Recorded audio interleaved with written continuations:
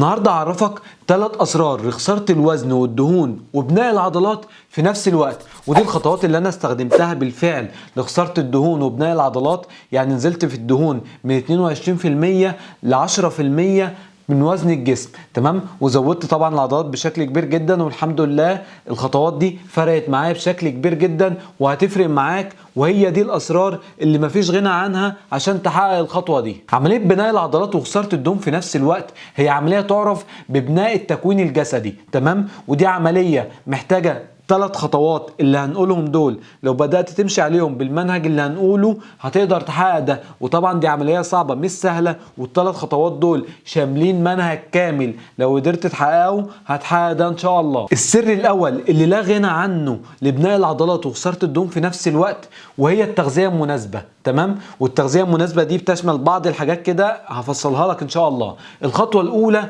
محتاجين كمية بروتين كافية عشان نحافظ على بناء العضلات، فعايزين ناخد من 1.6 ل 2 جرام من البروتين لكل كيلو جرام من وزن الجسم. يعني ايه الكلام ده؟ يعني لو انت وزنك 80 كيلو حاليا، تمام، هتضرب وزنك ده في 1.6 هيديك 128، تمام، 128 جرام بروتين، او هتضربه في 2 هيديك 160 جرام بروتين. يبقى الاكل اللي انت محتاجه في اليوم بتاعك عشان تبني الخطوة دي هتحتاج من 128 جرام بروتين لحد 160 جرام بروتين، تمام.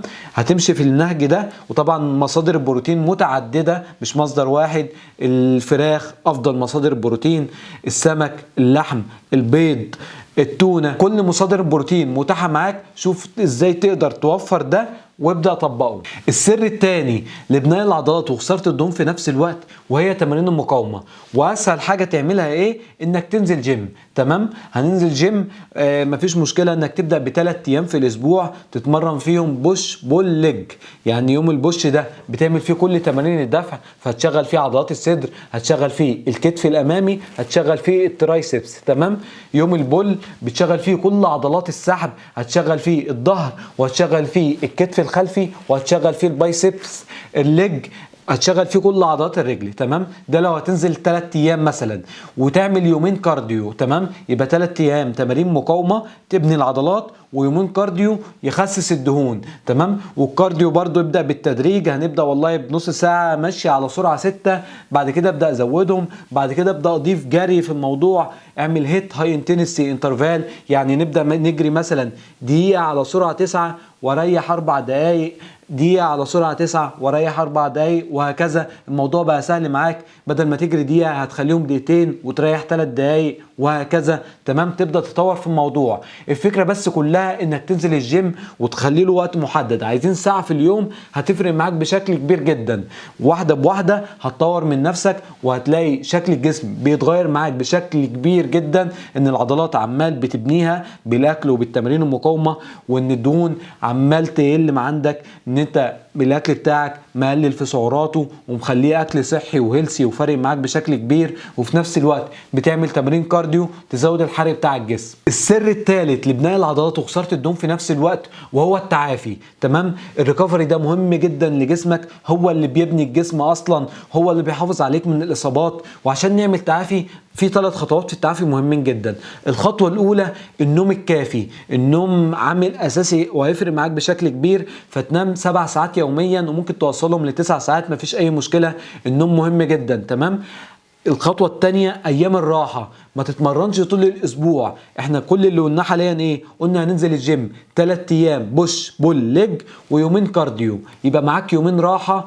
حلو قوي. يومين الراحه دول تتمشى فيهم وتعمل تمرين الاطالات. واخيرا الصبر والاستمراريه هي اللي هتبني معاك العضلات وتخليك تخس دهون وتخلي شكل جسمك ممتاز.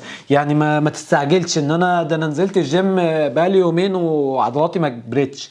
مفيش الكلام ده، محتاج استمراريه. طول ما انت مستمر طول ما هتلاقي نتائج عظيمه، تمام. خلاص خليتها عاده، بقى عندي ساعه في اليوم بروح فيها الجيم مستمر، دي العاده بتاعتي مستمر فيها. الصبر والاستمراريه هم سر النجاح اللي هيفرقوا معاك بشكل كبير جدا. وطبعا يبقى محتاج تتبع، يعني انت مش هتسيب نفسك كده وخلاص. انت والله بتعمل انبادي مرتين في الشهر او مرة في الشهر، معاك مزورة بتقيس بيها بطنك، بتقيس بيها رجلك، بتقيس بيها الارداف، تشوف الدنيا عندك انت بتخس ولا ما بتخسش. بتكتب بقى طبعا الحاجات بتاعتك دي. يعني انا وزني مثلا كان 92، الاسبوع اللي جاي بقى 91، حلو ده انا ماشي صح. الاسبوع اللي بعده بقى 90، حلو انا ماشي صح. الاسبوع اللي بعده بقى 91 تاني. اعرف انت لخبطت في ايه.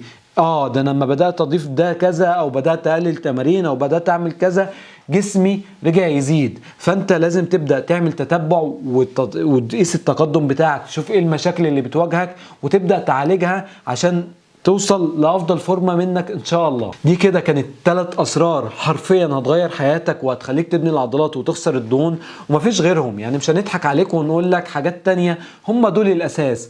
ابدا ظبط حياتك ويبقى فيه اسلوب حياه صحي، وهتلاقي نتائج عظيمه جدا ان شاء الله.